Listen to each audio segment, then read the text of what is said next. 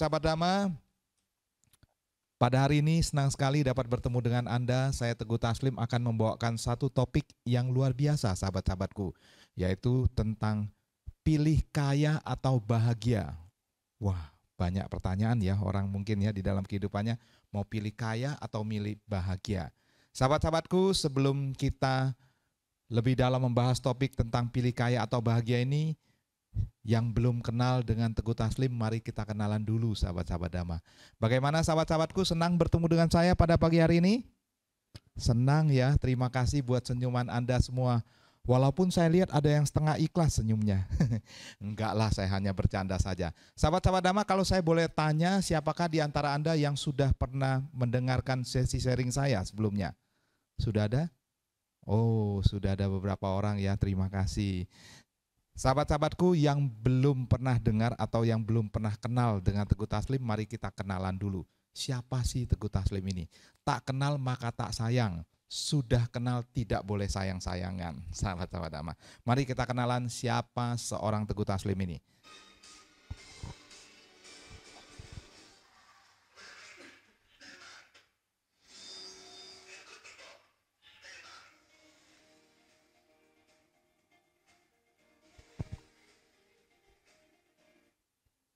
Teguh Taslim berbagi pengalaman hidupnya, sahabat-sahabat Dhamma.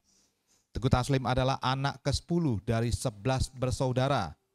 Banyak sekali ya. Sahabat-sahabatku, waktu kecil hidup saya berkecukupan dan tidak merasakan kesusahan apapun. Hingga suatu hari, ketika saya berumur 4 tahun, tepatnya tahun 1977, merupakan titik balik dari kehidupan seorang Teguh Taslim. Papa saya yang waktu itu sedang mandi di kamar mandi, tiba-tiba terpleset dan terjatuh dan mengalami stroke selama 18 tahun, sahabat-sahabat Dhamma. Ibu saya tidak punya pilihan lain kecuali mengambil tanggung jawab keluarga. Beliau harus membesarkan 11 orang anak, bukan 1, 3, atau 5 orang anak. Yang pertama kali ibu saya lakukan adalah menjual seluruh harta keluarga. Ada 3 rumah, mobil, perhiasan dihabiskan untuk biaya pengobatan papa saya. Dan untuk kebutuhan sehari-hari dan biaya hidup kami, ibu saya terpaksa berjualan pempek di kota Palembang di pinggir jalan selama 18 tahun.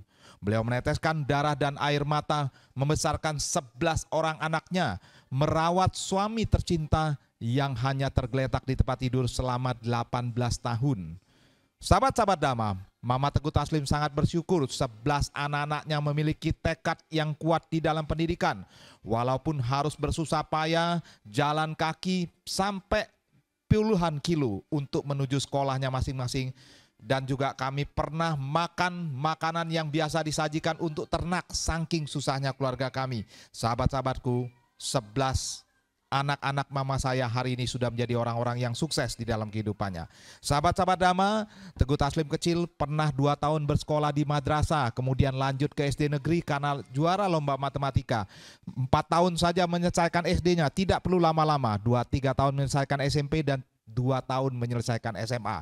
15 tahun Teguh Taslim sudah lulus SMA dan kemudian berkuliah di 2 universitas terbaik di Indonesia, di Gajah Mada dan 11 Maret. Sahabat-sahabatku, karena Teguh Taslim lulus dengan IP-nya 4 sempurna, kemudian beliau direkomendasikan pemerintah Indonesia dan mendapatkan kesempatan untuk berkuliah di universitas nomor 1 di dunia. Sahabat-sahabat Dhamma, sejak saat itu Teguh Taslim pindah ke negeri Paman Sam dan berkuliah di sana di universitas terbaik di dunia dan nomor 1 di dunia.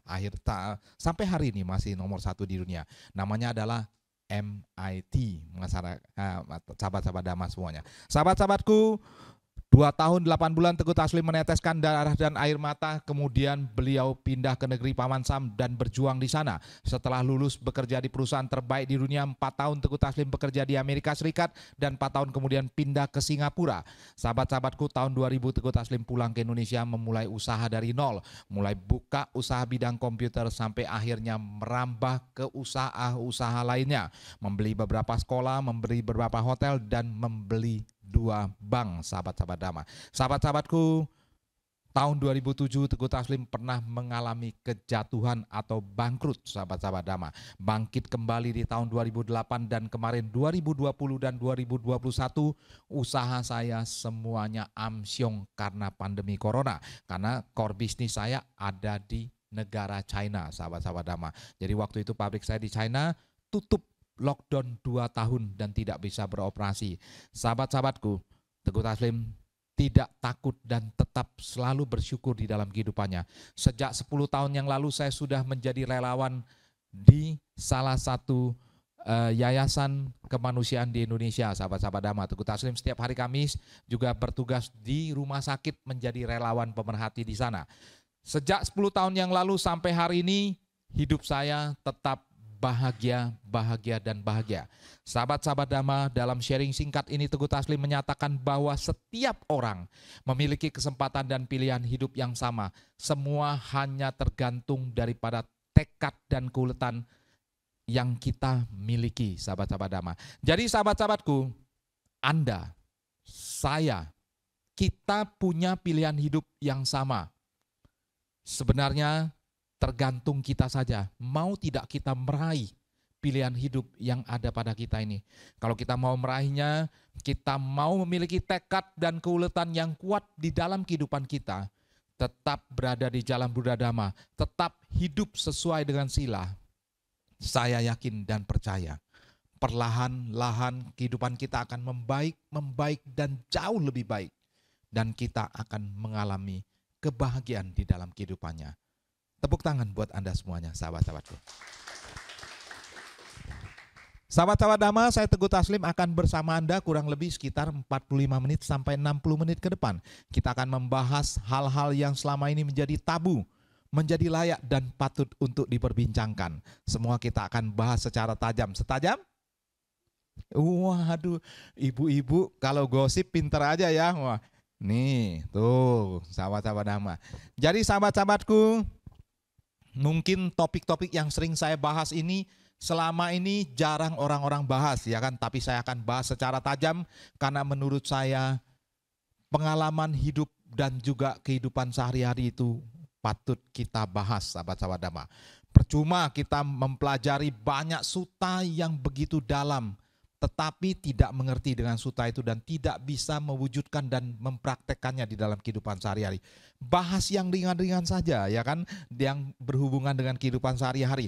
Toh sebenarnya semua umat Buddha itu butuh jawaban dari kehidupan sehari-hari, sahabat-sahabat Dhamma. Apa yang dia temukan di dalam kehidupan sehari-hari, apa yang merupakan sandungan di dalam kehidupan sehari-hari, itu yang diperlukan oleh umat Buddha.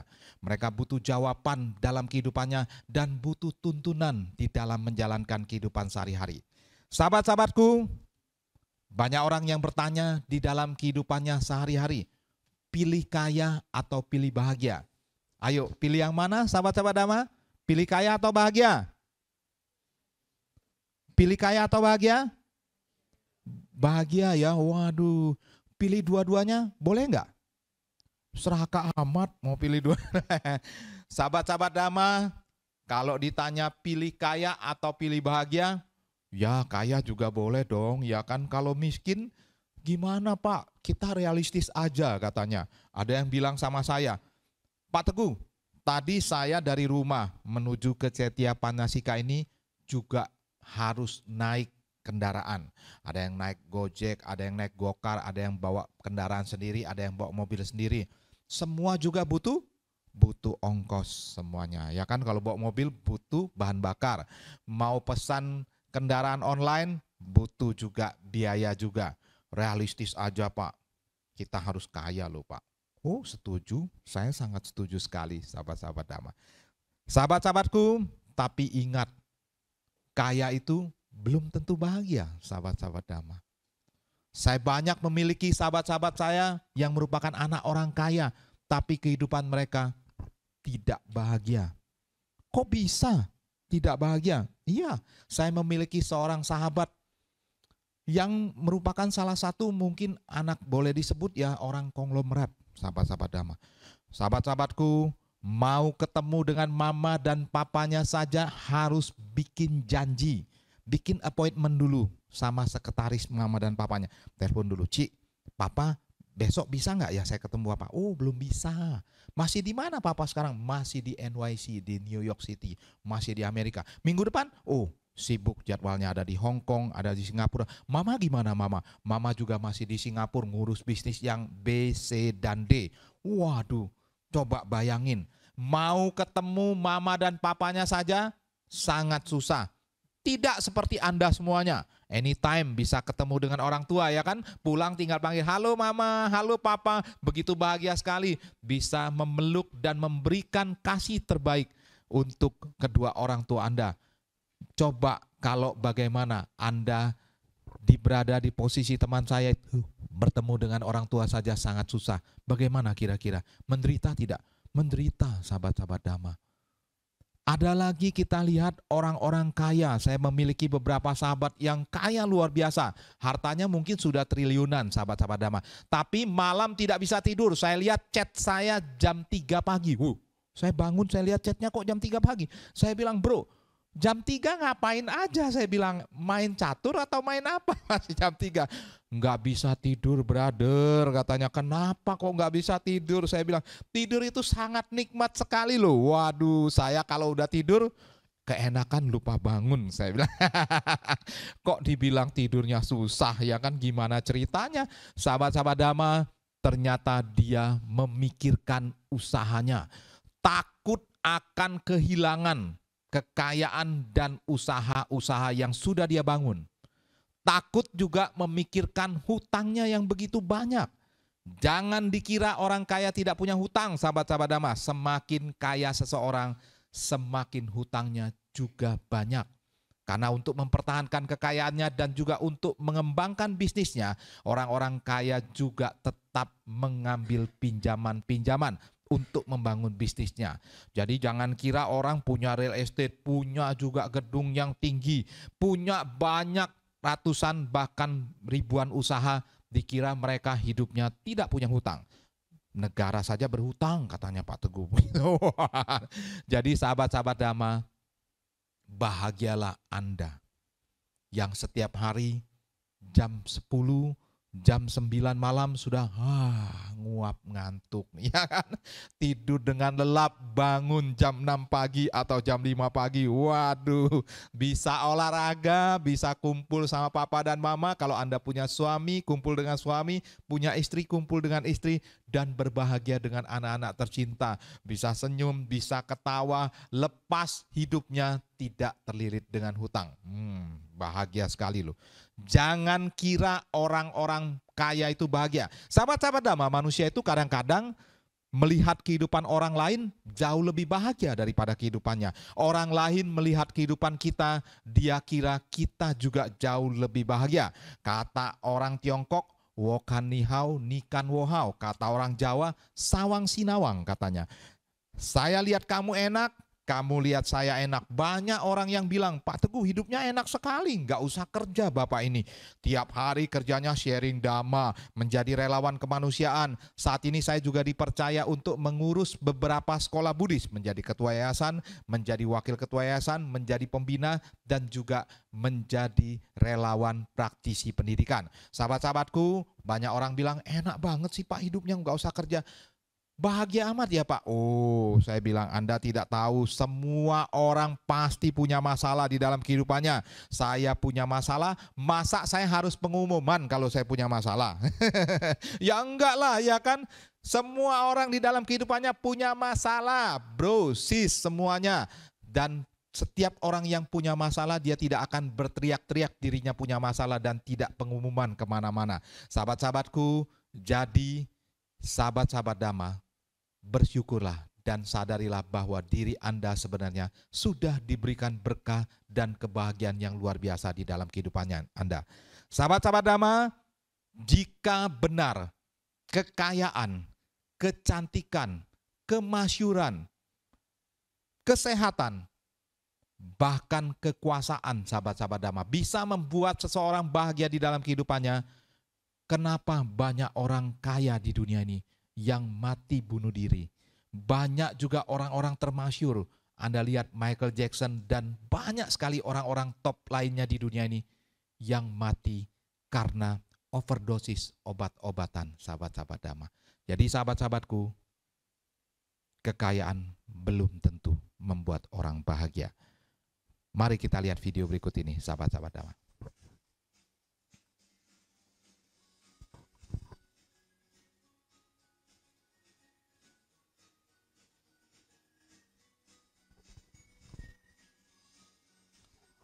Jika kekayaan bisa membuat orang bahagia, ini ada salah satu orang terkaya dari Jerman. Dia mati menabrakkan dirinya ke kereta api bahkan. Waduh. Sahabat-sahabat Dhamma, jika ketenaran bisa membuat orang bahagia, siapa yang nggak kenal ini? Raja Pop, Michael Jackson. Dia bahkan meninggal karena overdosis obat tidur. Sahabat-sahabat Dhamma, jika kekuasaan bisa membuat orang bahagia, ini ada salah satu orang paling berkuasa di dunia ini, Presiden Brasil, Getúlio Vargas. Dia bahkan menembak dirinya ke jantungnya sendiri dengan pistolnya sendiri. Sahabat-sahabat Dhamma, jika kecantikan bisa membuat orang bahagia, siapa yang tidak kenal wanita paling cantik di masanya? Dia adalah Marilyn Monroe. Siapa yang tidak kenal? Orang-orang yang umur 45-40 tahun saat ini pasti kenal dengan Marilyn Monroe. Tapi dia meninggal karena overdosis narkoba, sahabat-sahabat Dhamma. Jika kesehatan bisa membuat orang bahagia di dalam kehidupannya, ini ada salah satu dokter paling sehat di dunia, mengklaim dirinya paling sehat di dunia. Tapi dia mati bunuh diri akibat acara di televisinya tentang kesehatan gagal. Sahabat-sahabat Dhamma, ternyata bahagia itu di dalam diri seseorang tidak ditentukan oleh kekayaan, ketenaran, kekuasaan, kecantikan, bahkan kesehatan, sahabat-sahabat Dhamma.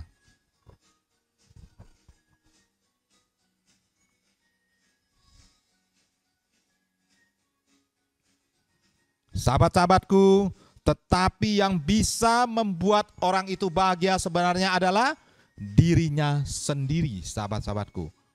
Mampukah kita mensyukuri segala hal yang sudah diberikan oleh alam semesta ini di dalam kehidupan kita? Sahabat-sahabat Dhamma, ingat, kebahagiaan itu hanya dimiliki oleh orang-orang yang dapat bersyukur di dalam kehidupannya. Jadi sahabat-sahabatku, mulai hari ini jangan lupa untuk bersyukur di dalam kehidupan kita. Terlepas dari apapun yang sudah alam semesta ini berikan kepada kita hingga dengan saat ini, patut kita syukuri. Setuju sahabat-sahabatku? Tepuk tangan buat Anda semuanya, sahabat-sahabat Dhamma. Nih contoh dua orang nih, sahabat-sahabat Dhamma. Ini adalah konglomerat dari Jerman, mati nabrakkan dirinya ke kereta api. Dan ini juga salah satu konglomerat dari Rusia atau dari Rusia, mati gantung diri, sahabat-sahabat Dhamma. Konglomerat itu kurang apa sih uangnya? Banyak sekali. Pak, itu di luar negeri Pak, siapa bilang di Indonesia juga ada? Beberapa puluh tahun yang lalu ada seorang konglomerat yang berasal dari keturunan India, sahabat-sahabat Dhamma. Dia adalah bos dari sebuah bisnis tekstil terbesar. Mati lompat dari gedung yang begitu tinggi di Kuningan. Lompat sampai mati, akhirnya jatuh ke bawah. Konglomerat loh. Seorang politisi terkenal juga. Hidupnya sangat kaya raya. Jadi sahabat-sahabat Dhamma, Anda melihat orang-orang kaya, Anda kira mereka bahagia di dalam kehidupannya. Tapi ketahuilah sahabat-sahabat Dhamma, belum tentu orang yang memiliki kekayaan itu juga memiliki kebahagiaan di dalam kehidupannya. Tetapi ada nggak Pak yang bahagia Pak? Oh ada dong. Saya bilang kan belum tentu. Berarti ada yang tentu juga. Sahabat-sahabat Dhamma, bersyukurlah di dalam kehidupan Anda. Karena ketika Anda bersyukur, kebahagiaan itu akan datang kepada Anda. Setuju sahabat-sahabatku? Sekali lagi tepuk tangan buat Anda, sahabat-sahabat. Sahabat-sahabatku, jika Anda bahagia, orang yang bahagia sudah pasti kaya. Kok bisa Pak Teguh orang bahagia sudah pasti kaya? Oh iya dong, mungkin dia tidak kaya materi, tapi dia kaya hati, kaya juga kebahagiaan, kaya dengan pikiran, pikirannya selalu terbuka, tidak pikiran pendek, Tidak juga pikirannya selalu negatif thinking selalu. Ya kan? Banyak orang negatif selalu. Melihat orang lain curigation. Ini mau jahatin saya nih. Padahal orang tidak ada maksud apa-apa ya kan. Baik-baik saja tapi dia selalu mencurigai orang. Lihat orang baik kepada dia. Ini orang dekat-dekat saya pasti ada maksudnya. Curigation lagi. Curiga dan curiga melulu. Orang tidak baik kepada dia. Lebih lagi, ini orang tidak baik sama saya. Gak bagus nih orang. Orang deket-deket dia mau baik, bilang, ini ada maunya pasti deket-deket saya. Jadi semua orang salah di mata dia. Itu orang yang tidak pernah bahagia, sahabat-sahabat Dhamma. Jadi sahabat-sahabatku, bahagialah di dalam kehidupan Anda. Jangan terbalik, jangan Anda tunggu kaya dulu Anda bahagia. Bahagialah sekarang, Anda akan menjadi kaya. Pak, bagaimana kita bahagia? Bagaimana kita harus merasakan kebahagiaan di dalam kehidupan kita? Hari ini saya masih kekurangan loh Pak secara materi. Saya hidupnya belum beruntung. Lahir di keluarga yang kurang beruntung. Sudah berjuang tapi masih belum sukses juga. Sahabat-sahabat Dhamma, ketika Anda berjuang belum sukses, itu tandanya karma baik Anda belum berbuah sampai hari ini. Supaya lebih cepat berbuah bagaimana? Lakukan karma baik sekarang. Jangan tunda lagi. Lakukan saja. Just do it. Iya dong. Lakukan saja. Tulus, ikhlas, tanpa pamrih. Ketika Anda melakukan kebajikan di dalam kehidupan Anda, berarti Anda sedang mengkondisikan karma baik Anda akan lebih cepat berbuah, sahabat-sahabat Dhamma. Ketika karma baik Anda berbuah, maka kehidupan Anda akan menjadi lebih baik, dan akan membaik. Akan menjadi yang terbaik. Maka dari itu, lakukan saja kebajikan. Teruslah tersenyum dan tersenyum setiap harinya di dalam kehidupan Anda. Ketika Anda tersenyum, maka semua masalah, semua penderitaan yang datang di dalam kehidupan Anda, semua akan menjauh dan akan menghindar, sahabat-sahabat Dhamma. Senyum, dan senyum. Lakukan saja kebaikan, senyum, dan bila masih ada saja masalah datang di dalam kehidupan Anda, anggap itu sebagai ujian. Dan ketika kita mendapatkan ujian, berarti kita akan naik kelas. Iya dong. Anda mau naik kelas harus ikut ujian. Ya kan, kalau mau lulus gimana? Ujian dulu. Naik dari SD mau naik SMP, ujian dulu. Kalau dulu UN, sekarang ya ujian saja. Tidak ada UN sudah dihapuskan, ya kan? Harus ujian. Waktu TK mau naik SD ujiannya masih gampang. Begitu mau naik SD ke SMP, agak sulit sedikit. Dari SMP mau ke SMA, lebih sulit lagi. Mau lulus SMA, tambah sulit, sahabat-sahabat Dhamma. Jadi ketika Anda menghadapi ujian dan tantangan yang sulit di dalam kehidupan Anda, itu berarti Anda akan naik kelas ke kelas yang lebih tinggi lagi di dalam kehidupan Anda. Setuju sahabat-sahabatku? Tepuk tangan buat Anda semuanya. Sahabat-sahabat Dhamma, jika Anda belum bersyukur juga dan masih komplain di dalam kehidupan Anda, Pak, saya belum bahagia loh Pak. Hari ini saya masih berada di kondisi yang sangat-sangat miskin. Masih berada di kondisi yang belum beruntung. Kehidupan saya, banyak masalah. Tantangan datang terus, ujian gak habis-habisnya. Gimana ini Pak Teguh?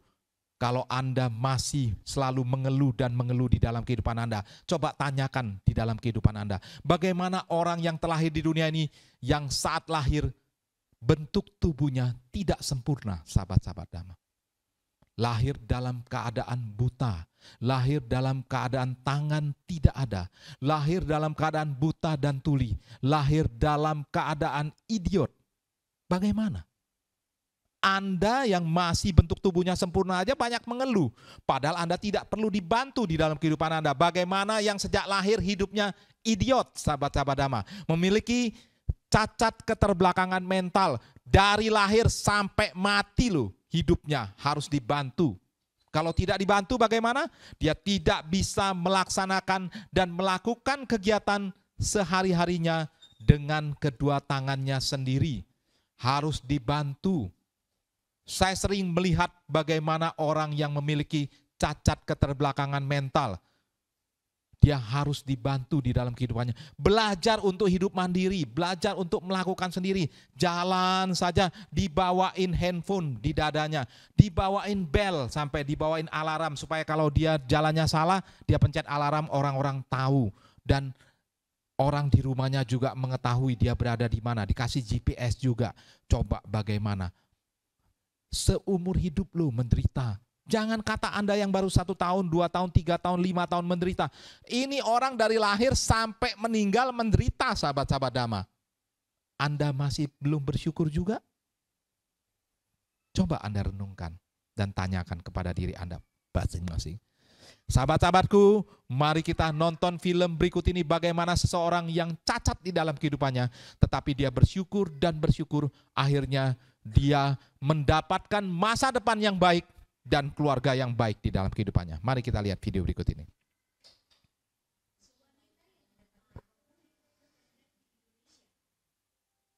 Ini manusia terpendek di Indonesia.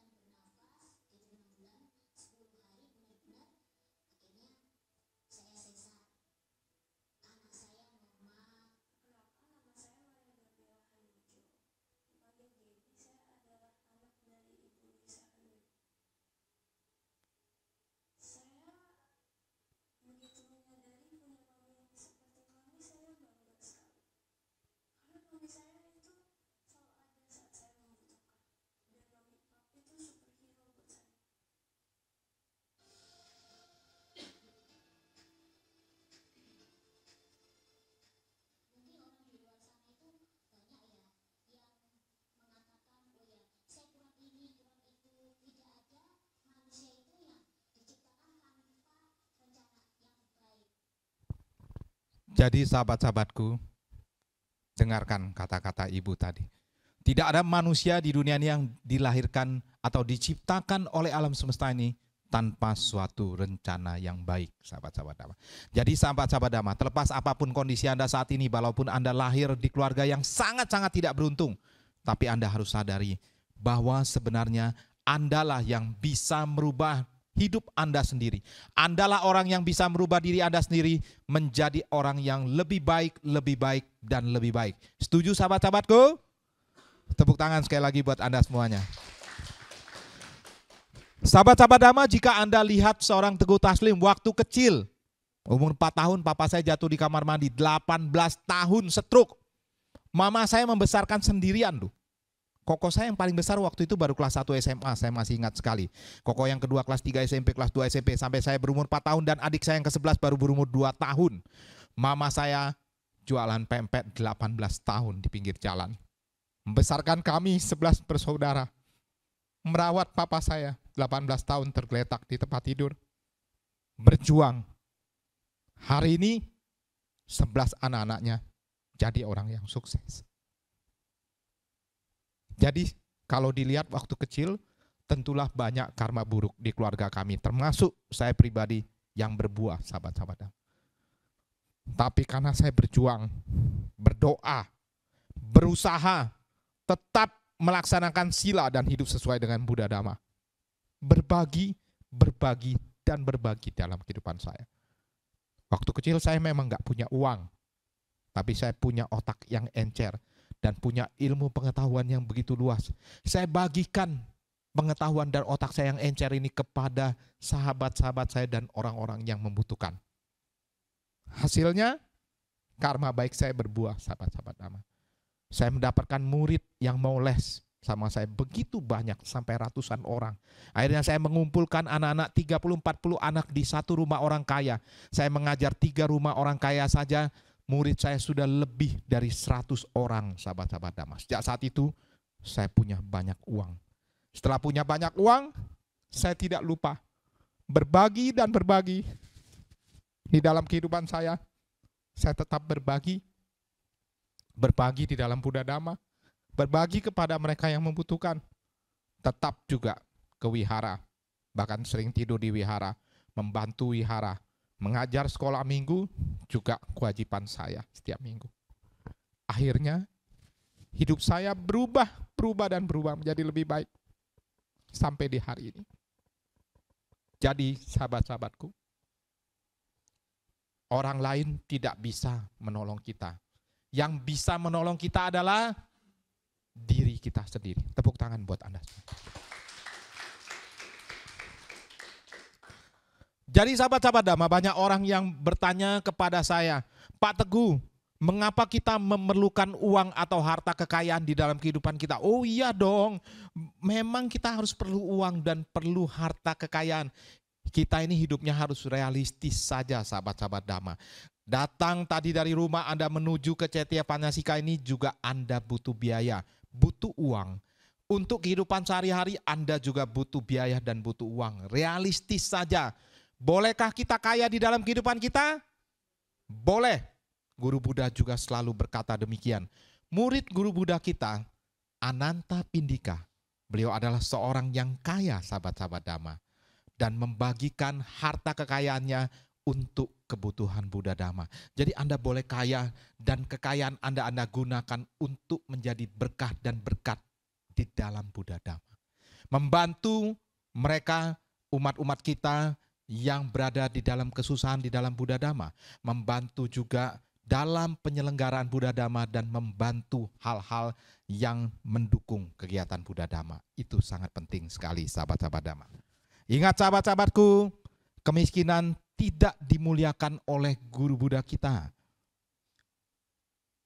Guru Buddha kita berkata bahwa kemiskinan adalah kesengsaraan bagi orang awam yang menjalani kehidupan rumah tangga dan menikmati kesenangan indera. Jadi sahabat-sahabat Dhamma, Guru Buddha kita tidak pernah menentang seseorang menikmati kesenangan indera di dalam kehidupannya. Jadi kita boleh menikmati kesenangan indrawi di dalam kehidupan kita. Tapi ingat, kesenangan indrawi yang kita boleh nikmati tidak boleh berlebihan. Anda sudah punya mobil yang begitu banyak. Jangan Anda masih serakah ingin tambah, pingin ganti, pingin tambah lagi. Ada orang yang sudah punya 2 mobil, pengen punya 4. Punya 4, pengen punya 8. Pengen punya helikopter, pengen punya pesawat, pengen punya pulau. Bahkan kalau bisa semua pengen dimiliki. Itu tidak boleh. Serakah sahabat-sahabat Dhamma. Kenapa ketika Anda datang di dalam puja bakti, di akhir acara Anda diajak untuk berdana paramita. Kenapa? Karena ini untuk mengurangi dan membersihkan kotoran batin di dalam kehidupan kita. Kita diajarkan untuk mengurangi keserakahan di dalam diri kita. Manusia itu serakah sekali. Sangat serakah. Punya 1 istri, kurang, mau tambah 2. Mau tambah 3. Padahal 1 istri saja pusingnya, sudah minta ampun. Iya kan? Bu, tambah istri bukan tambah bahagia sahabat-sahabatku. Tambah pening, tambah pusing, tambah masalah, iya kan? Iya. Jadi sahabat-sahabat Dhamma, banyak orang yang melihat orang lain, kok hartanya tambah terus ya, dia tambah bahagia. Dia tidak tahu sebenarnya orang itu tambah kepusingannya. Jadi sahabat-sahabatku, mulai hari ini bersyukur dan bersyukurlah di dalam kehidupan Anda, sahabat-sahabat Dhamma. Jadi sahabat-sahabatku, Sang Buddha tidak pernah menentang kita untuk menikmati kepuasan indrawi, tapi Sang Buddha memperingatkan kita untuk tidak menikmati kepuasan indrawi secara berlebihan. Tidak perlulah berlebihan, sahabat-sahabat Dhamma. Bro, sis, Anda sudah punya 2 tas merek LV. Tidak perlu lagi beli lagi yang Hermes yang paling mahal. Ya kan, pergi ke Paris langsung katanya berburu hunting tas yang keluar model tahun ini yang terbaik. Harganya berapa ratus juta bahkan miliar juga dicari. Saya bingung kadang-kadang lihat teman-teman istri saya itu. Waduh, pergi ke Paris hanya untuk beli tas saja. Katanya istri saya kurang gaul, kurang sosialita katanya. Cuma punya tas 1 saja. Saya bilang sama istri saya, kita jauh lebih beruntung loh. Istri saya masih bisa beli tas yang bagus. Coba lihat teman-teman yang di sana, yang di luar sana yang hidupnya jauh lebih menderita. Bagaimana? Mau punya tas yang sederhana saja, mereka mimpi dulu, sahabat-sahabat Dhamma. Jadi sahabat-sahabatku, Anda harus bersyukur di dalam kehidupan Anda. Kalau Anda hari ini masih bisa makan 3 kali, Anda juga harus bersyukur. Bagaimana dengan orang yang 1 hari saja makannya tidak bisa 3 hari? 1 kali mau makan saja sangat sulit, sahabat-sahabat Dhamma. Bahkan kadang-kadang mereka bisa puasa 2 hari sekali makan atau 3 hari sekali makan. Sahabat-sahabatku, Anda kadang-kadang masih meremehkan hidup Anda, yang biasa-biasa saja, dan mata Anda yang kurang bagus katanya. Wah, mata saya bentuknya tidak bagus loh, lihat teman saya begitu cantik matanya bagus. Padahal dia tidak pernah melihat orang yang matanya buta bagaimana. Mengimpikan bisa melihat dunia ini, malah kita tidak pernah bersyukur, sahabat-sahabat Dhamma. Ini manusia kadang-kadang kurang bersyukur, sahabat-sahabatku. Punya 2 tangan dan 2 kaki yang lengkap, masih tidak mau bekerja keras, masih tidak mau bersyukur di dalam kehidupannya. Bagaimana dengan mereka yang tidak memiliki 2 tangan dan 2 kaki, mau gerak saja susah, mau jalan saja susah, masih Anda kurang bersyukur lagi. Mereka mimpi loh untuk bisa lari, untuk bisa memiliki tangan yang lengkap. Anda memiliki bentuk tubuh yang lengkap dan sempurna, masih belum mau bersyukur juga hingga hari ini. Kadang-kadang saya bingung memang terhadap manusia biasa ini, sahabat-sahabat Dhamma. Sebagai manusia biasa, saya sendiri memang tidak luput dari keserakahan, sahabat-sahabatku. Kadang-kadang saya juga lupa, masih juga pingin yang hal-hal yang bagus-bagus. Ya wajarlah, namanya manusia. Istri saya sering mengingatkan saya, nggak boleh serakah loh. Oh iya, saya masih ingat juga, selalu ingat dan ingat, sahabat-sahabat Dhamma. Jadi sahabat-sahabat Dhamma, orang-orang didorong untuk menghasilkan kekayaan dengan cara-cara yang benar, dengan menjalani kehidupan yang bahagia. Ingat sahabat-sahabatku, Anda boleh kaya, tapi dapatkanlah harta kekayaan ini dengan cara-cara yang benar. Pertanyaan banyak orang, Pak Teguh, bisa nggak kita kaya tapi bahagia juga loh? Serakah amat saya bilang. Maunya kaya, maunya bahagia. Bahagia, kaya juga. Bisa nggak kira-kira sahabat Dhamma kita kaya tapi bahagia? Bisa jawabannya. Sahabat-sahabatku, Guru Buddha berkata kepada muridnya sang miliarder Anathapindika. Apa yang dikatakan Guru Buddha? Bahwa ada 4 jenis kebahagiaan yang boleh dinikmati seseorang di dalam kehidupannya. Apa saja itu? Yang pertama adalah ati suka atau kebahagiaan karena memiliki sesuatu benda. Yang kedua adalah kebahagiaan karena menikmati apa yang dimiliki, yaitu boga suka. Yang ketiga adalah kebahagiaan karena bebas dari hutang atau anana suka. Dan yang terakhir adalah kebahagiaan yang tak bernoda atau ana wajah suka. Pak Teguh, apa itu kebahagiaan yang tak bernoda? Kebahagiaan yang tak bernoda adalah kebahagiaan atau kekayaan yang didapat dengan cara-cara yang baik dan benar.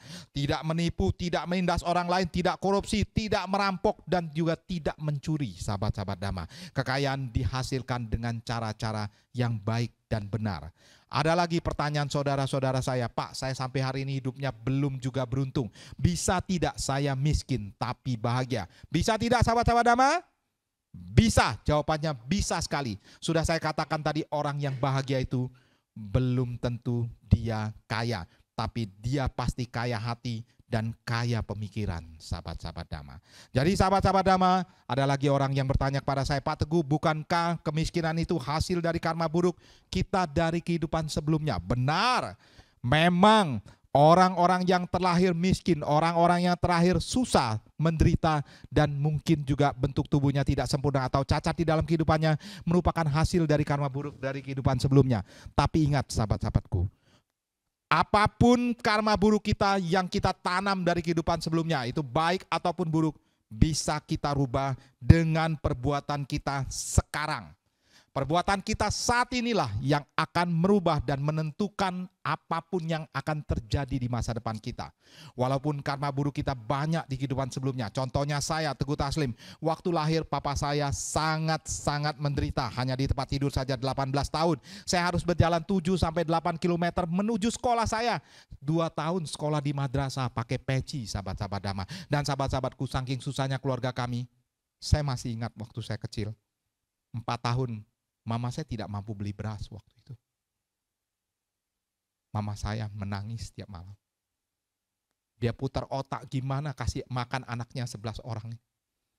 Akhirnya dia beli bekatul, bahan yang biasa diberikan untuk makanan ternak, makanan kuda dan babi. Disaring oleh mama saya menjadi bubur bernama bubur burgur. Disajikan kepada kami 11 bersaudara selama 4 tahun. Dan saya baru tahu beberapa tahun belakangan ini dari beberapa sahabat saya yang dokter mengatakan, Sesiung, tahu nggak Sesiung, makanan apa yang paling sehat di dunia ini? Saya sebut dia steak, burger kah, apakah salah semuanya? Saya bilang, apa Sesiung? Bekatul. Bekatul. Ternyata makanan saya waktu kecil, 4 tahun saya pernah makan itu, sahabat-sahabat Dhamma. Jadi sahabat-sahabatku, jika Anda yang memiliki anak atau diri Anda sendiri, Anda ingin Anda pandai atau anak-anak Anda pandai, kasih makan bekatul mulai hari ini. Tidaklah saya hanya bercanda saja ya. Rasanya nggak enak, sahabat-sahabat Dhamma. Seperti Avermut, seperti Quaker Oat ya. Kalau dimasak menjadi bubur, namanya bubur burgur. Sahabat-sahabat Dhamma, ingat sahabat-sahabatku, diri kitalah yang bisa merubah diri kita sendiri. Setelah 4 tahun berlalu, mama saya bisa beli beras, waktu itu saya masih ingat sekali. Tapi kalau dia masak untuk 11 anaknya, nggak cukup berasnya. Mama saya nangis lagi malam-malam. Dia putar otak kembali dan akhirnya dia mensulap beras yang dia miliki itu. Dia rubah menjadi bubur yang sangat-sangat encer sekali.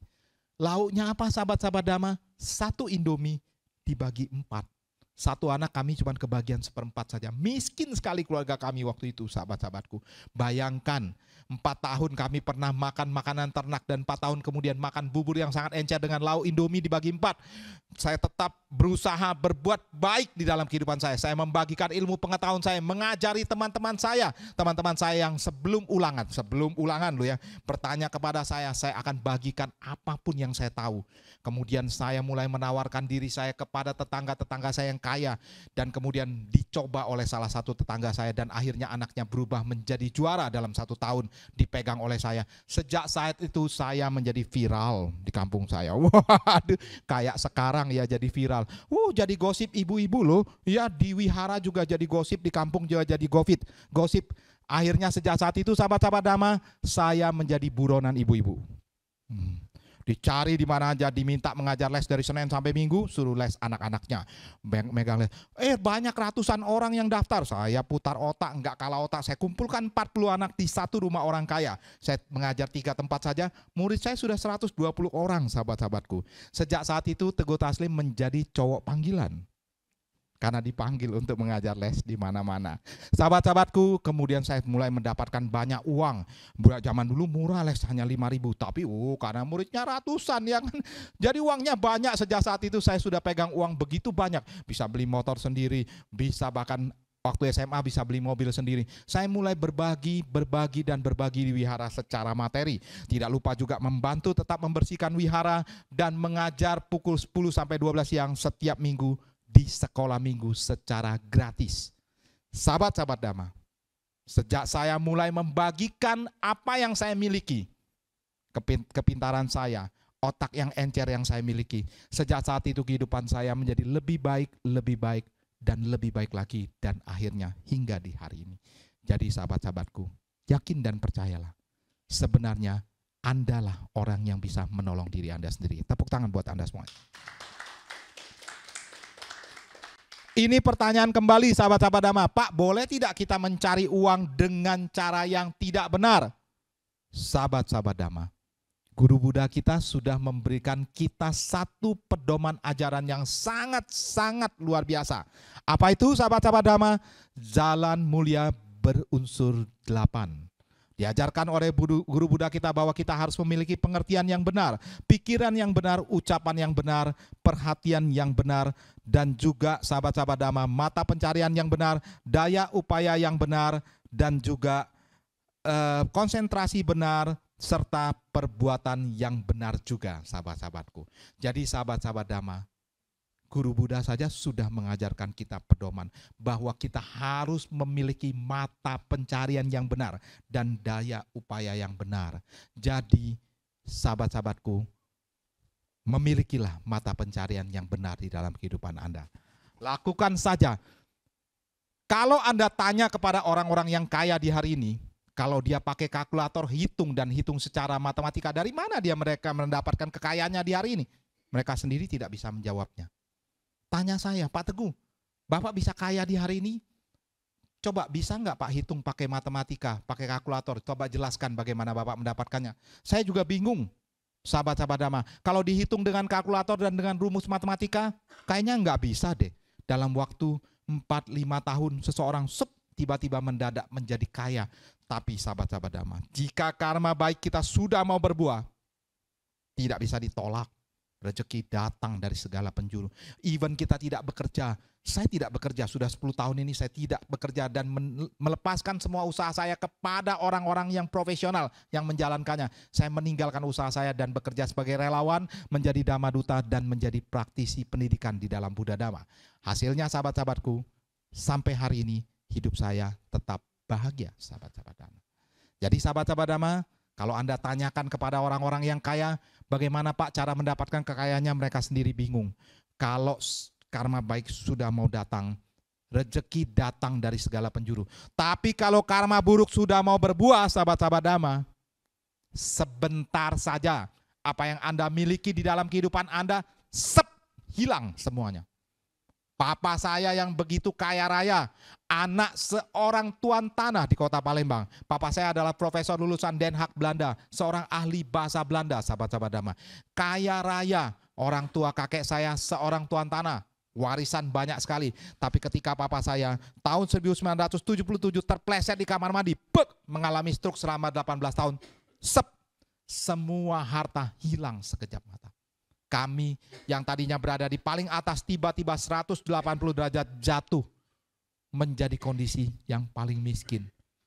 Jadi sahabat-sahabatku, jika karma baik dan karma buruk sudah mau berbuah, tidak bisa ada yang bisa tahan dan tidak bisa dihitung secara matematika, bahkan secara ilmu pengetahuan sahabat-sahabat Dhamma. Jadi lakukan saja hal-hal yang baik. Ingat sahabat-sahabatku, Guru Buddha kita mengajarkan ada 5 jenis usaha yang Anda harus hindari di dalam kehidupan Anda. Jika Anda seorang Buddhis, apa saja itu Pak Teguh? Yang pertama, jangan menjual senjata. Hindari untuk menjuali senjata karena senjata itu bisa membunuh orang. Yang kedua, Hindari untuk memiliki usaha yang berurusan dengan manusia. Contohnya apa? Prostitusi, ya, menjual manusia. Itu jangan, sahabat-sahabatku. Hindari usaha ini. Nah, yang ketiga, hindari usaha yang berurusan dengan daging-dagingan, dengan makhluk hidup atau dengan hewan, sahabat-sahabat Dhamma. Contoh membuka toko daging dan juga menjual hewan-hewan yang hidup. Hindari, sahabat-sahabat Dhamma. Yang keempat adalah hindari menjual minuman-minuman yang memabukkan dan obat-obatan terlarang seperti narkoba dan juga lain-lain yang melemahkan kesadaran kita. Hindari juga. Yang terakhir adalah hindari menjual racun, sahabat-sahabat Dhamma. Jika 5 usaha ini Anda sudah hindari dan Anda melakukan hal-hal yang baik, saya yakin dan percaya niscaya hidup Anda akan bahagia, sahabat-sahabatku. Setuju, sahabat-sahabat Dhamma? Tepuk tangan sekali lagi yang meriah buat Anda semua. Sahabat-sahabatku, banyak orang yang bertanya kepada saya, Pak, sampai saat ini kenapa hidup saya belum kaya juga dan belum bahagia? Sahabat-sahabat Dhamma, banyak juga orang yang bertanya, Pak Teguh, Indonesia ini negara kita kaya sekali loh. Ada emas, ada minyak, ada nikel, ada timah, apa saja sumber dayanya ada. Bahkan di Riau itu katanya emasnya di atas ada emas, di bawah juga ada emas. Apa itu? Di atas ada minyak sawit, di bawah ada minyak bumi katanya. Kaya sekali negara kita ini. Tapi kenapa Indonesia belum kaya? Kenapa saya belum kaya juga sampai hari ini di dalam kehidupan saya? Banyak pertanyaan orang yang bertanya kepada saya. Pak Teguh, kenapa sampai saat ini saya belum kaya di dalam kehidupan saya? Ini jawabannya, sahabat-sahabat Dhamma.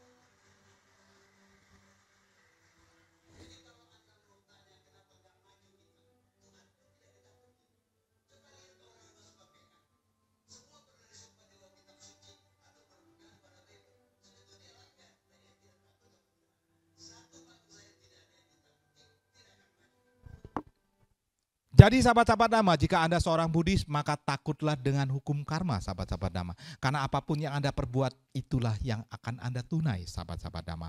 Seseorang yang tidak ada hal yang ditakuti di dalam kehidupannya, mana bisa dia maju di dalam kehidupannya. Kenapa Anda lihat orang-orang di agama sebelah, di agama Kristiani, dia begitu kaya dan sukses? Mereka bilang, karena saya takut akan Tuhan, Pak Teguh. Luar biasa loh. Kenapa kita di Buddha tidak takut dengan perbuatan kita sendiri? Dengan hukum karma. Dengan apa yang kita akan perbuati dan juga apapun yang kita perbuatkan tersebut akan kita hasilkan untuk diri kita sendiri. Saya kalau liburan paling senang anak-anak saya pergi ke negeri Sakura, Jepang. Beberapa kali handphone anak saya tinggal, tapi tidak hilang di sana. Tetap ada di tempat ataupun ketika diamankan oleh pegawai tokonya, tetap dikembalikan ke anak saya. 3 kali sudah hilang gadget dan handphone anak saya. Sahabat-sahabat Dhamma, saya tanya kepada seorang sahabat saya waktu itu kuliah di Amerika bersama-sama saya, seorang wakil rektor di Universitas Tokyo University Jepang, Suhiro Watanabe. Saya bilang, Ro, kenapa orang Jepang begitu jujur? Dia bilang, karena orang Jepang walaupun agamanya Shinto, menyembah dewa matahari, tapi mereka takut dengan hukum karma, sahabat-sahabat Dhamma. Orang Jepang yakin apapun yang dia perbuat, itulah yang akan dia hasilkan. Luar biasa. Makanya Jepang begitu maju. Karena orang-orang Jepang takut dengan hukum karma. Jadi sahabat-sahabat Dhamma, percayalah, apapun yang akan Anda perbuat hari ini, saat ini, semua akan berbalik kepada diri Anda sendiri. Sebenarnya ketika Anda berbuat baik, melakukan kebajikan dan menolong orang lain, sebenarnya Anda sedang menolong diri sendiri. Karena apa, sahabat-sahabat Dhamma? Ketika Anda berbuat baik dan menolong orang lain, sebenarnya orang yang paling mendapatkan manfaat yang terbesar dari hasil perbuatan Anda sendiri adalah diri Anda sendiri. Berbuatlah baik terus dan bantulah diri Anda sendiri. Tepuk tangan sekali lagi buat Anda. Sahabat-sahabatku, apa yang dimaksud dengan penghidupan yang benar? Penghidupan yang benar adalah tidak merugikan atau mencelakakan orang lain, sahabat-sahabat Dhamma. Tidak juga hidup sebagai benalu, bagai lebah mengumpulkan madu, tapi tidak merusak bunga ataupun tidak merugikan siapapun, sahabat-sahabat Dhamma. Jalan tengah artinya hidup di dalam kesejahteraan spiritual. Hidup kita harus seimbang, sahabat-sahabat Dhamma. Di dalam materi kita juga harus hidupnya seimbang. Jadi waktunya kita harus membahagiakan kedua orang tua, bahagiakan orang tua kita. Saatnya datang ke wihara ikut puja bakti, ke wihara dong. Puja bakti bersama keluarga. Saatnya kita harus berbuat baik, ikut baksos. Datanglah ke tempat-tempat yang baik, bagikan sebagian dari apa yang Anda miliki. Kenapa kadang-kadang orang takut membagikan sebagian yang dia miliki? Ingat sahabat-sahabatku, seberapa banyak pun uang dan harta yang Anda miliki, ketika Anda meninggal dan berpindah alam, 1 rupiah pun Anda tidak bisa bawa. Kenapa kita takut untuk membagikan sebagian dari yang kita miliki? Bukan semuanya loh, sebagian. Kalau saya boleh menyarankan Anda, bagikan saja. Seberapapun gaji Anda, mau 1 juta, mau 2 juta, mau 3 juta, mau 5 juta, bagikan saja. Pak, kenapa saya harus bagikan, Pak? Gaji saya hanya 1 juta, orang-orang kaya lebih banyak gajinya. Wih, iya dong. Ada sedikit bagi sedikit, ada banyak bagi banyak. Sahabat-sahabat Dhamma, kalau Anda tidak mau membagikan sebagian rezeki yang Anda dapatkan kepada orang-orang yang berhak membutuhkannya, siapakah mereka? Wihara, para sangga, anak yatim, orang jompo, dan lain-lain. Sahabat-sahabat Dhamma, semuanya ada pilihannya, ada di tangan Anda.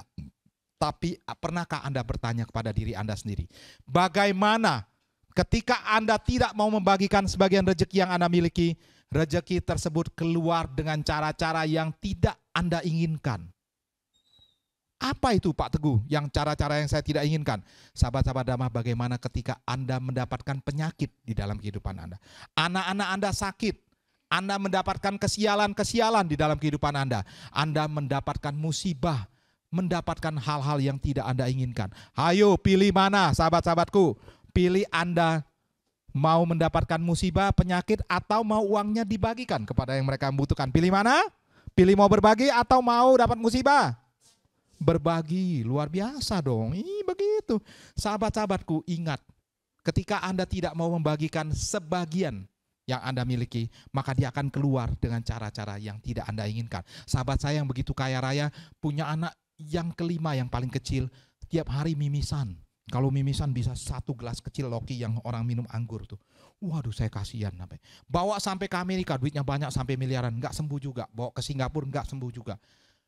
Akhirnya tanya saya, bro, katanya lu orang bijaksana, bagaimana menyembuhkan anak saya? Saya bilang, coba Anda berbagi, sahabat-sahabatku. Coba bro berbagi. Berbagi. Harta ini saya dapatkan dengan keringat, darah, dan air mata. Kenapa harus dibagikan ke orang, katanya. Begitu dia berkata. Saya bilang, bagikan saja. Kalau semakin Anda berbagi, semakin akan mendapatkan manfaatnya. Dia coba berbagi, akhirnya setelah dia berbagi dan berbagi, sahabat-sahabat Dhamma, 6 bulan kemudian secara tiba-tiba dan secara miracle, secara ajaib, mimisan anaknya berhenti secara tiba-tiba. Wah, dia kaget. Bawa ke Singapura, di ronsen, dibawa ke dokter. Dokternya tanya, hah? Kok bisa? Kasih obat Cina ya? Kasih cungkoyo ya katanya. Dikira kasih obat Tionghoa, sahabat. Enggak dok, mana berani. Obat-obatan yang biasa dokter kasih saja. Sahabat-sahabatku, ketika kita mau berbagi, musibah, tantangan hidup yang datang kepada kita, pelan-pelan akan pergi dan menghindar. Tepuk tangan sekali lagi buat Anda semua.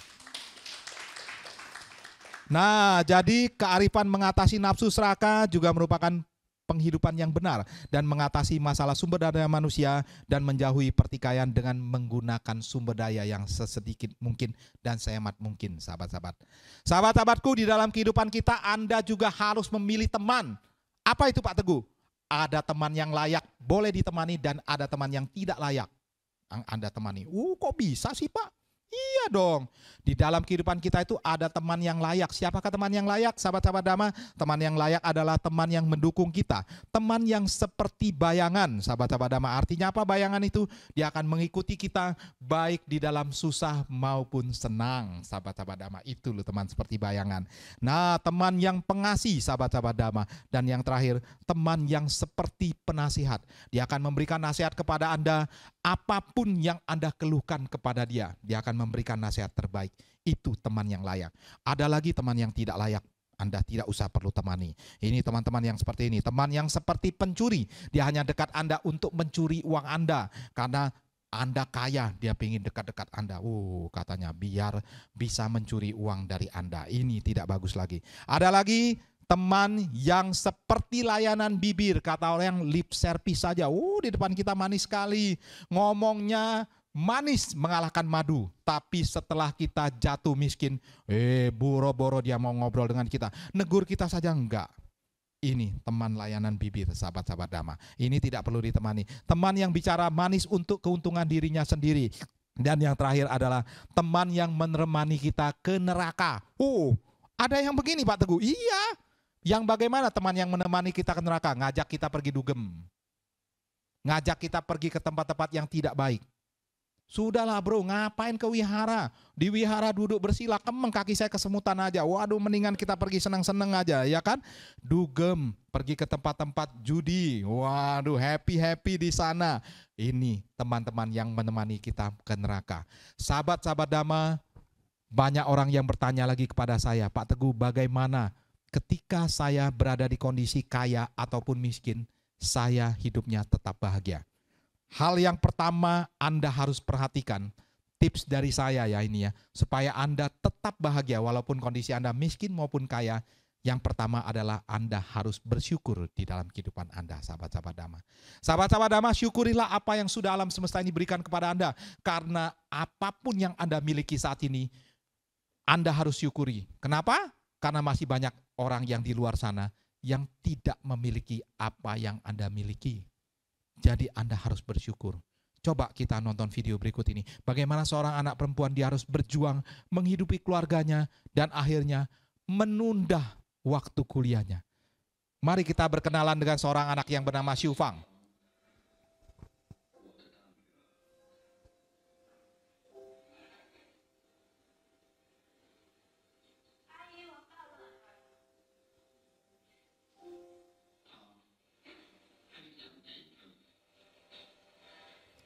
Pulang sekolah kerja paruh waktu membantu seorang tante membuat kue. Dikasih bawa pulang kuenya untuk adik-adiknya. Kasih uang, gaji.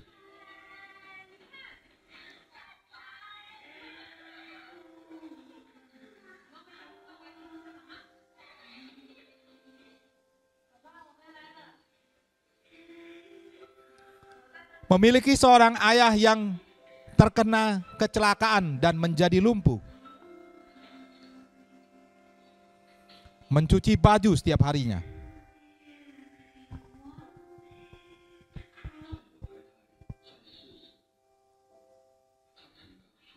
Mendiang istri saya sering berkata bahwa ketika saya melihat Xiu Fang, saya melihat masa depan keluarga ini.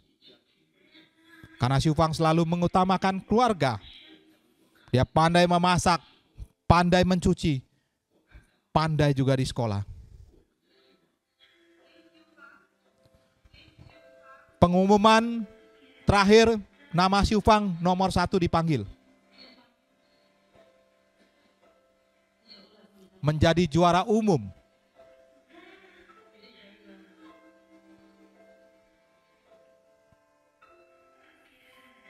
Mau kuliah, tidak punya uang. Dia hanya meratapi hasil juara umumnya saja.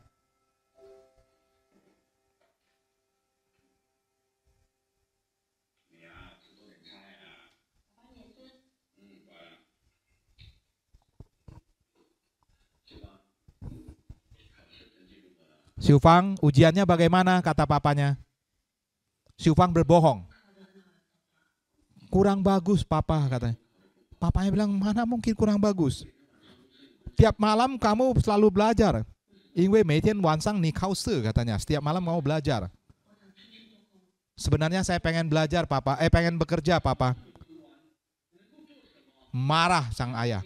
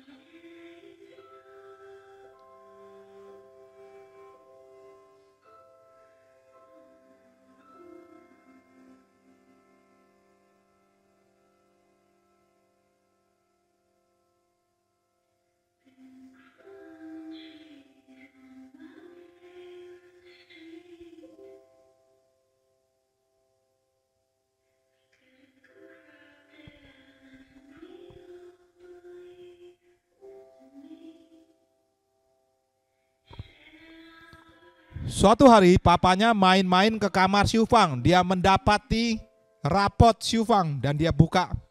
Bagaimana dia melihat isinya, sahabat-sahabat Dhamma?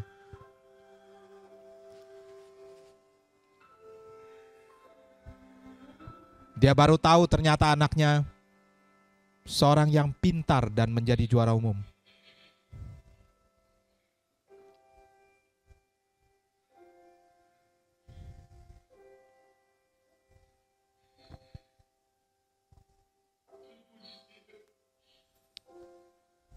Papanya sampai mohon maaf kepada Xiu Fang.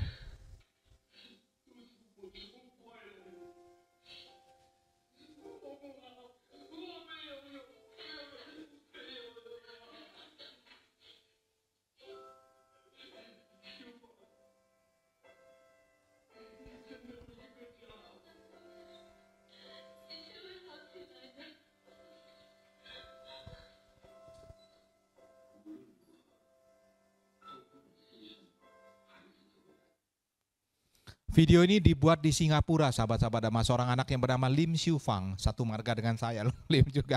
Sahabat-sahabat Dhamma, Xiu Fang ini akhirnya dapat berkuliah di National University of Singapore atau UI-nya di Singapura. Namanya NUS. Istri saya juga lulusan sana, sahabat-sahabatku. Sahabat-sahabat Dhamma, Lim Xiu Fang yang 1 tahun tertunda, akhirnya diketahui oleh pemerintah Singapura dan diberikan beasiswa. Luar biasa. Dari kecil dia selalu mengabdikan hidupnya untuk keluarganya. Memasak, mencuci pakaian, dan melakukan apa saja demi keluarganya. Kerja paruh waktu juga. Anda lihat pengorbanan seorang Xiu Fang. Hidup Anda jauh lebih baik dari mereka yang di luar sana. Jangan lupa untuk bersyukur di dalam kehidupan Anda, sahabat-sahabatku. Sahabat-sahabat Dhamma, ingat. Bukan bahagia dulu tunggu baru kita harus bersyukur. Tapi dengan kita bersyukur, maka kebahagiaan akan datang kepada kita. Setuju sahabat-sahabatku? Tepuk tangan sekali lagi buat Anda semuanya. Sahabat-sahabat Dhamma, jika Anda masih belum bersyukur juga di dalam kehidupan Anda, maka pergilah ke 3 tempat di dunia ini. Apa saja itu tempatnya Pak Teguh? Yang pertama, pergilah ke penjara. Di penjara Anda akan melihat banyak orang yang tidak bebas di sana dan kebebasan itu merupakan suatu hal yang paling berharga di dalam hidup mereka. Kalau masih belum juga Anda merasakan bahagia dan bersyukur dalam kehidupan, maka pergilah ke rumah sakit, sahabat-sahabat Dhamma. Kenapa? Di rumah sakit Anda akan melihat bahwa betapa berharganya kesehatan itu untuk orang-orang yang sakit. Orang-orang dipegang kakinya saja, aduh sakitnya dok. Coba bayangkan, Anda masih bisa berjalan, masih bisa bernapas dengan baik, dan masih bisa beraktivitas. Kenapa Anda tidak bersyukur di dalam kehidupan Anda, sahabat-sahabat Dhamma? Yang terakhir, sahabat-sahabatku, kalau Anda masih belum bersyukur juga, maka pergilah ke kuburan, sahabat-sahabat Dhamma. Karena di kuburan, tanah yang Anda pijak hari ini akan menjadi atap bagi Anda di kemudian hari. Sahabat-sahabat Dhamma, tadi pagi saya bangun pagi-pagi. Saya buka mata, saya masih bisa terbuka. Saya coba bernapas, napas saya masih bisa keluar dan masuk. Coba kalau tadi pagi saya buka mata saya tidak bisa terbuka. Dan nafas saya berhenti. Bagaimana sahabat-sahabat Dhamma? Kelar hidup saya. Selesai hidup saya. Hari ini saya tidak akan bertemu dengan Anda. Kenapa kita masih lupa untuk bersyukur? Terlepas dari apapun yang sudah alam semesta ini berikan kepada kita, kita masih diberikan waktu, masih diberikan kesehatan hari ini, masih diberikan umur, masih bisa diberikan waktu untuk melihat dunia ini. Kenapa Anda tidak bersyukur, sahabat-sahabat Dhamma? Nonton video berikut ini, mungkin Anda akan lebih bersyukur, sahabat-sahabatku. Rumah sakit, penjara, dan kuburan. Ada seorang pria kaya memandang keluar jendela dan melihat seorang lelaki mengambil sesuatu dari tong sampah. Ia berkata, "Syukurlah, saya tidak miskin." Orang miskin memandang sekeliling dan melihat seorang pengemis compang-camping di jalan. Ia berkata, "Syukurlah, walaupun saya miskin, saya tidak menjadi pengemis." Si pengemis memandang ke depan dan melihat ambulans yang membawa orang sakit. Ia berkata, "Syukurlah, saya tidak sakit." Orang sakit di rumah sakit melihat troli membawa jenazah pasien. Ia berkata, "Syukurlah, saya masih hidup." Ternyata hanya orang yang sudah mati yang tidak dapat berkata, "Syukurlah." Mengapa kita sering lupa untuk bersyukur? Karena hari ini Tuhan masih memberikan kesempatan hidup. Sesekali berkunjunglah ke 3 tempat, yaitu rumah sakit, penjara, dan kuburan. Di rumah sakit, kita akan memahami bahwa tidak ada yang lebih berharga daripada kesehatan.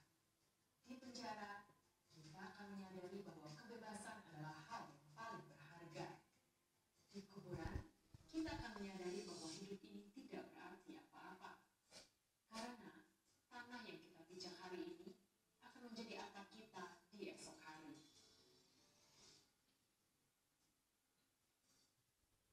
Jadi sahabat-sahabatku, jika Anda masih belum bersyukur juga di dalam kehidupan Anda, maka pergilah ke 3 tempat tadi.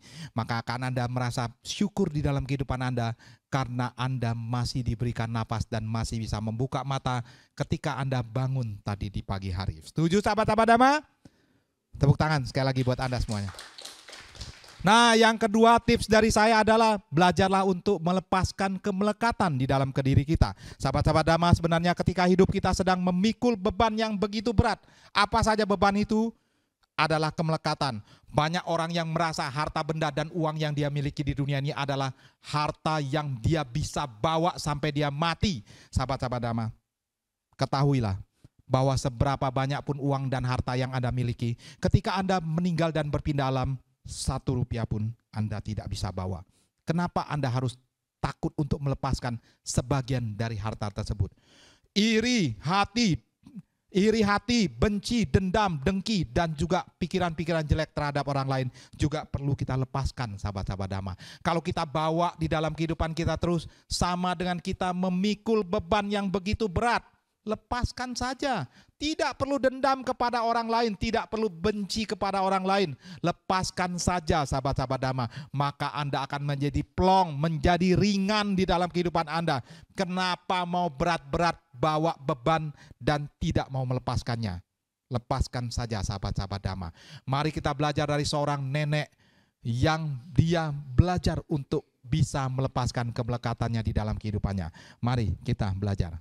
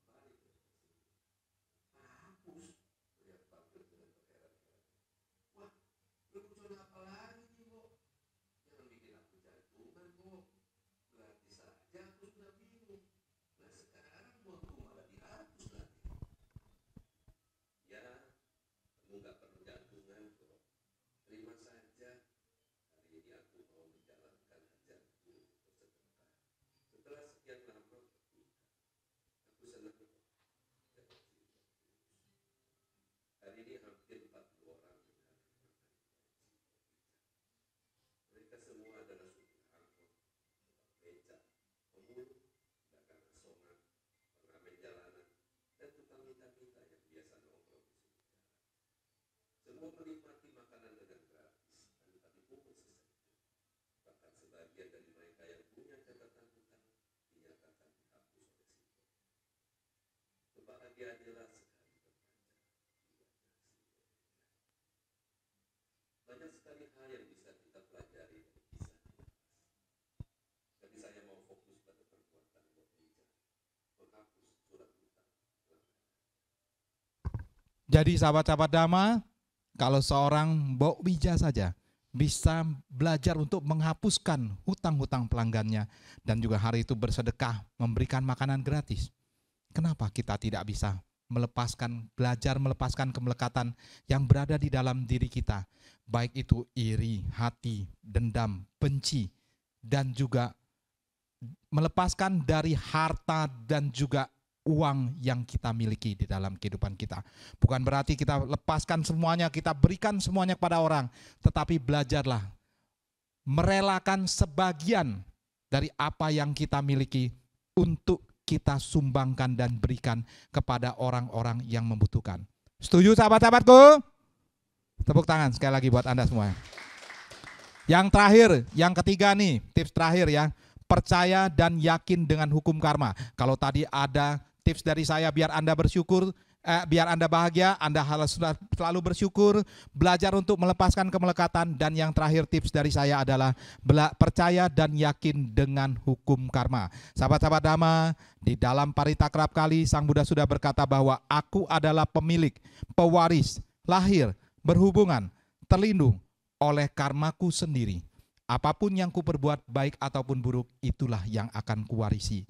Sahabat-sahabatku, ada kalimat bijaksana berkata bahwa hasil perbuatan masa lalu dicerminkan oleh kehidupan sekarang. Jadi Anda tidak perlu pergi ke dukun, tidak perlu pergi ke paranormal untuk tanya-tanya.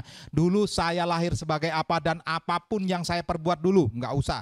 Lihat apa yang Anda dapatkan sekarang. Jika Anda lahir di keluarga yang kaya, Anda lahir menjadi anak raja, menjadi Pangeran Charles, menjadi Pangeran William, lahir menjadi anaknya Jokowi. Tentu karma baik Anda banyak yang Anda lakukan di kehidupan sebelumnya. Tabungan Anda banyak, tapi kalau Anda terlahir saat ini menjadi di keluarga yang menderita, Anda lahir tubuh Anda tidak sempurna, Anda terlahir sebagai orang yang cacat, sebagai orang yang tidak sempurna dan juga lahir menderita, sahabat-sahabat Dhamma. Ketahuilah, berarti karma buruk yang Anda lakukan di kehidupan sebelumnya tentu sangat banyak. Jadi tidak perlu tanya-tanya lagi. Tapi jangan khawatir sahabat-sahabat Dhamma. Karma baik ataupun karma buruk yang Anda lakukan di kehidupan sebelumnya bisa Anda rubah. Beruntungnya sebagai manusia kita diberikan kesempatan untuk merubah karma baik atau karma buruk kita hasil dari perbuatan kita kehidupan sebelumnya. Bisa kita rubah dengan perbuatan kita sekarang. Jangan tunda lagi berbuat baik. Berbuat baik, berbuat tulus, ikhlas, tanpa pamrih sekarang. Jangan tunda lagi sahabat-sahabat Dhamma.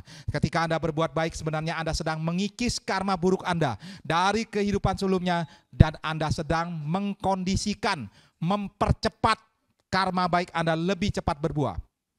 Ketika Anda berbuat baik, sebenarnya Anda sedang mengkondisikan karma baik Anda cepat, dan lebih cepat berbuah, sahabat-sahabat Dhamma. Hari ini karma itu begitu instan loh, bukan mie saja instan. Bukan Indomie saja yang instan. Karma juga instan. Orang berbuat baik, tidak lama hidupnya sukses. Saya ketemu dengan teman saya, weh udah sukses sekarang. Ya hasil perbuatan baik, dia bilang. Oh sadu. Saya bilang luar biasa loh. Ada lagi teman saya yang kaya raya, tadinya tiba-tiba lahir sekarang sudah tinggal celana pendek saja dan sendal jepit. Kok cepat amat miskinnya? Ya ini perbuatan saya banyak kurang baik. Melupakan istri yang menyayangi saya asik bermain judi, asik juga main perempuan di luar, asik dugem, asik juga pergi ke tempat-tempat yang tidak baik. Cepat loh, karma itu instan. Sahabat-sahabatku, banyak manusia yang lupa di dalam kehidupannya. Sebenarnya dia dikelilingi oleh kebahagiaan tapi masih mencari kebahagiaan di luar. Sahabat-sahabat Dhamma, banyak orang yang sudah memiliki suami atau istri yang baik, memiliki anak-anak yang baik. Kehidupannya sudah dikelilingi oleh orang-orang yang baik dan keluarga yang baik, tapi dia malah mencari kebahagiaan di luar. Ini manusia. Sudah dikelilingi oleh kebahagiaan, tapi dia masih mencari kebahagiaan di luar. Katanya dugem lebih bahagia. Katanya mencari wanita yang lain lebih bahagia di luar. Padahal sahabat-sahabat Dhamma, dia sudah dikelilingi oleh kebahagiaan. Begitu kebahagiaannya pergi, dia baru menyadari. bahwa dia selama ini dikelilingi oleh kebahagiaan. Seperti seekor ikan dori berenang di lautan. Dia bertemu dengan ikan-ikan yang lain. Dia bertanya kepada ikan-ikan yang lain, ikan, lu tahu nggak air itu di mana sih? Nggak tahu, kata ikannya. Dia berenang dan bertanya kepada 100 ikan. Tidak ada yang tahu air itu di mana. Terakhir dia diangkat oleh jaring nelayan dan diangkat ke kapal ikan. Saat itu dia baru tahu, ternyata dia selama ini berada di dalam air. Manusia juga begitu, sahabat-sahabat Dhamma. Hidup dikelilingi oleh kebahagiaan. Memiliki papa, mama yang begitu baik. Memiliki adik-adik yang baik. Memiliki juga suami dan istri yang begitu baik.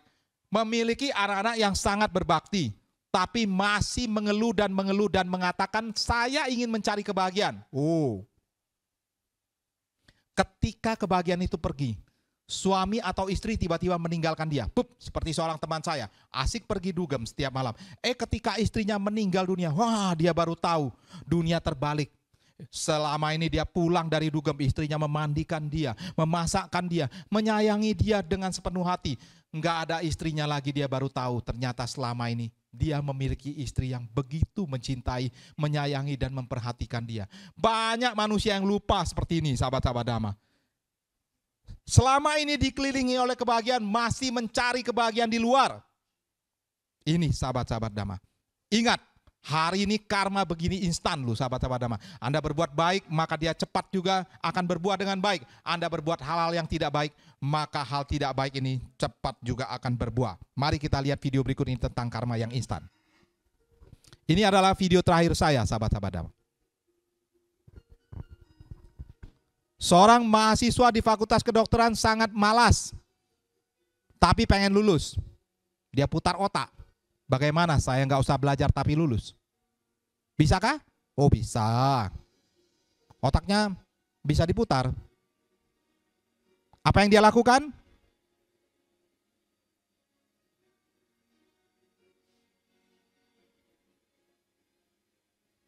Menyuap dosennya. Ujian terakhir, Fakultas Kedokteran, dia suap penguji. Lulus dengan baik. Ada seorang wanita yang mimisan tiba-tiba terjatuh.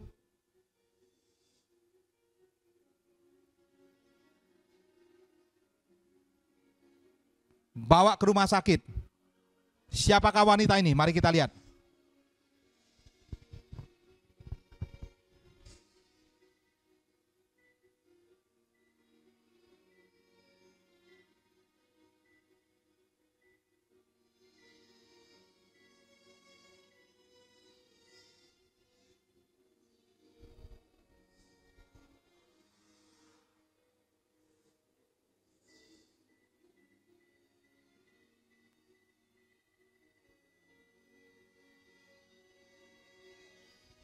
Itu dokter yang malas tadi, lihat.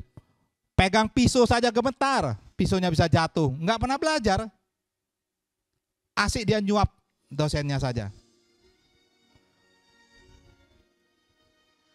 Siapakah wanita itu?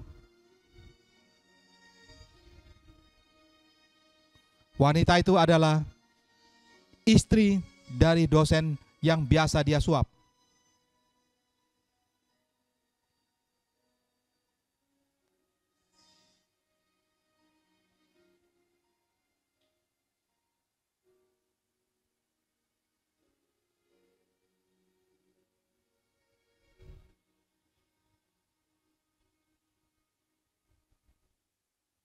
Hari ini karma begitu instan loh, sahabat-sahabat Dhamma. Bukan Indomie saja yang instan, karma juga instan. Banyak teman-teman saya yang berbuat hal yang tidak baik, tidak lama tiba-tiba berbuah karmanya. Tiba-tiba divonis penyakit yang sangat fatal, kanker stadium terakhir. Divonis juga dia ditangkap pihak yang berwenang. Divonis juga dia kehilangan semua harta kekayaannya. Karma sangat cepat berbuah. Baik itu karma baik maupun karma buruk. Jadi sahabat-sahabatku, ingatlah, di dalam kesimpulan saya hari ini, seseorang boleh menjadi kaya, tapi capailah kekayaan itu dengan cara-cara yang benar. cara-cara yang bijak sesuai dengan ekonomi yang diajarkan oleh Sang Buddha, sahabat-sahabat Dhamma. Sahabat-sahabat Dhamma, tujuan untuk mencapai kekayaan ada dua, yaitu demi kesejahteraan diri sendiri dan juga demi menunjang orang lain. Mensejahterakan orang lain juga bagus juga. Jadi kalau kita bahagia sendiri itu nggak enak loh, sahabat-sahabat Dhamma. Coba Anda pergi sendirian saja. Pergi jalan-jalan liburan sendirian, enak nggak kira-kira? Ya nggak enak, coba pergi satu Cetia Panasika, naik bus rame-rame nyanyi-nyanyi, bahagia nggak? Bahagia dong. Kalau pergi sendiri kayak orang gila, sahabat-sahabat Dhamma. Iya dong, bengong sendirian lihat sana sini, ya kan? Kayak orang gila. Coba pergi rame-rame nyanyi-nyanyi sama teman-teman, lebih bahagia. Nah yang terakhir adalah tujuan mencapai kekayaan adalah mencapai kebahagiaan. Oleh karena itu kebahagiaan tidak boleh dikhianati demi mencapai kekayaan. Jangan melakukan segala cara untuk mendapatkan kekayaan, tapi raihlah kekayaan kita dengan cara-cara yang benar, sahabat-sahabat Dhamma. Setuju sahabat-sahabat Dhamma? Terakhir kali tepuk tangan yang meriah buat Anda semuanya, sahabat-sahabat Dhamma. Sahabat-sahabatku, anumodana, semoga apa yang sudah saya sampaikan tadi dapat bermanfaat bagi Anda semuanya. Ingatlah pesan-pesan dari saya, sahabat-sahabat Dhamma, capailah kekayaan dan juga kesuksesan di dalam kehidupan Anda dengan cara-cara yang benar. Dan kapanpun Anda belum kaya, belum sukses, apapun kondisi Anda, belajarlah untuk berbagi dan berbagi dari sebagian dari apa yang Anda miliki. Baik itu materi, baik itu tenaga, pendampingan, penghiburan, pemberian semangat, mau apapun yang bisa Anda bagikan kepada mereka yang membutuhkannya. Yang terakhir sahabat-sahabat Dhamma, jangan lupa bersyukur di dalam kehidupan Anda. Selalu bersyukur. Hari ini Anda masih bisa melek, masih bisa bernapas, bersyukur. Coba kalau nggak bisa melek lagi, tidak bisa bernapas bagaimana? Kelar hidup kita, sahabat-sahabat Dhamma. Itu yang harus kita syukuri. Sahabat-sahabat Dhamma, di akhir sesi sharing saya mengajak Anda untuk marilah kita sama-sama bersyukur dan saya akan menghealing Anda sebentar. Mari Anda bersikap anjali, pejamkan mata Anda dan konsentrasikan kepada saya, sahabat-sahabat Dhamma. Sahabat-sahabatku yang hadir di Cetia Panasika pada pagi hari hingga siang hari ini, saya Teguh Taslim mengajak Anda semuanya, marilah kita sama-sama sejenak untuk merenungkan, sahabat-sahabat Dhamma. Mungkin sahabat-sahabatku, beberapa hari yang lalu, ada cobaan yang datang di dalam kehidupan Anda. Tantangan yang datang di dalam kehidupan Anda, dan penderitaan yang datang di dalam kehidupan Anda. Dia datang dan sangat-sangat menjengkelkan Anda, serta sangat-sangat membuat Anda menderita. Anak Anda yang membuat Anda menderita, suami atau istri Anda yang membuat Anda menderita, mertua Anda yang menjengkelkan Anda, dan juga kondisi ekonomi yang menghimpit Anda, sahabat-sahabat Dhamma. Anda bayangkan penderitaan itu datang kepada Anda. Anda bayangkan, dan bayangkan. Mungkin beberapa hari yang lalu Anda begitu sedih, dan sedih. Tapi mulai hari ini, sahabat-sahabat Dhamma, cobalah untuk tersenyum, dan tersenyum selalu. Maka ketika Anda tersenyum, Anda juga belajarlah untuk melepaskan penderitaan yang datang kepada Anda, melepaskan dendam, iri hati, dengki, kebencian kepada seseorang, dan melepaskan dari apa yang Anda miliki, sebagiannya Anda bagikan kepada mereka yang membutuhkan. Maka Anda akan merasakan kebahagiaan. Rasakan kebahagiaan yang datang kepada Anda. Kebahagiaan datang kepada Anda, kebahagiaan, dan kebahagiaan. Maka Anda akan bahagia selalu, sahabat-sahabat Dhamma. Sahabat-sahabat Dhamma, saya Teguh Taslim mengajak Anda semuanya di hadapan Guru Agung kita Sang Buddha Gautama. Marilah kita sama-sama berikrar bahwa mulai hari ini dan selama-lamanya kita mau menjadi orang-orang yang mau berbakti kepada kedua orang tua kita. Terlepas dari kedua orang tua kita masih hidup, dengan cara membahagiakan kedua orang tua kita dan kedua orang tua kita yang sudah meninggal dan berpindah alam, dengan cara melimpahkan jasa-jasa kebaikan kepada kedua orang tua kita dengan jalan patidana, ulambana, atau apapun itu jalan-jalan kebaikan lainnya. Yang kedua, maulah kita mau menjadi orang yang mau berbagi di dalam kehidupan kita, baik itu berbagi secara materi, tenaga, pengetahuan, waktu, penghiburan, semangat, dan juga memberikan apapun yang dapat kita bagikan kepada mereka yang membutuhkan, maka akan kita bagikan. Yang terakhir, sahabat-sahabat Dhamma, maulah kita menjadi orang-orang yang mau bersyukur di dalam kehidupan kita. Terlepas dari apapun yang sudah alam semesta ini berikan kepada kita hingga dengan saat ini, patut kita syukuri. Setuju sahabat-sahabat Dhamma? Setuju sahabat-sahabat Dhamma? Setuju sahabat-sahabat Dhamma? Lebih keras lagi. Setuju sahabat-sahabat Dhamma? Sadu, sadu, sadu. Beri semangat, tepuk tangan untuk diri Anda sendiri. Sahabat-sahabatku, di akhir sesi sharing ini saya berikan statement terakhir dari saya. Statementnya seperti ini, sahabat-sahabat Dhamma. Jika saya, Teguh Taslim, yang lahir di keluarga yang kurang beruntung saja bisa menjadi orang yang sukses di hari ini, maka saya yakin Anda juga pasti bisa. Tepuk tangan buat Anda semuanya. Sahabat-sahabat Dhamma, terimalah salam dalam Dhamma saya, Soki Hontu Namo Buddhaya.